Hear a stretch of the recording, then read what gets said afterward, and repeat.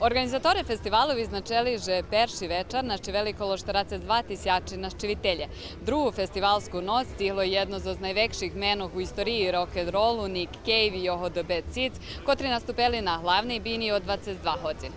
Чи перший раз на екзиту і що плануєш обі, Снежка? Не перший раз, уж не знам, четвърти раз, п'ятий раз, ай так дас. Може бути на мейн стейдж, kad stigneme teraz Nick Cave i posle toho jakiš DJ, ajde, to še pajtaškom pači, i eventualno neki fusion stage. Može biti silent disco, šta tak, daco, do rana, daco po obihodzic. Нямам деякий план за обіходження. Прийшли з ми ще дружити, видіти, що є, і фіно ще припровадити.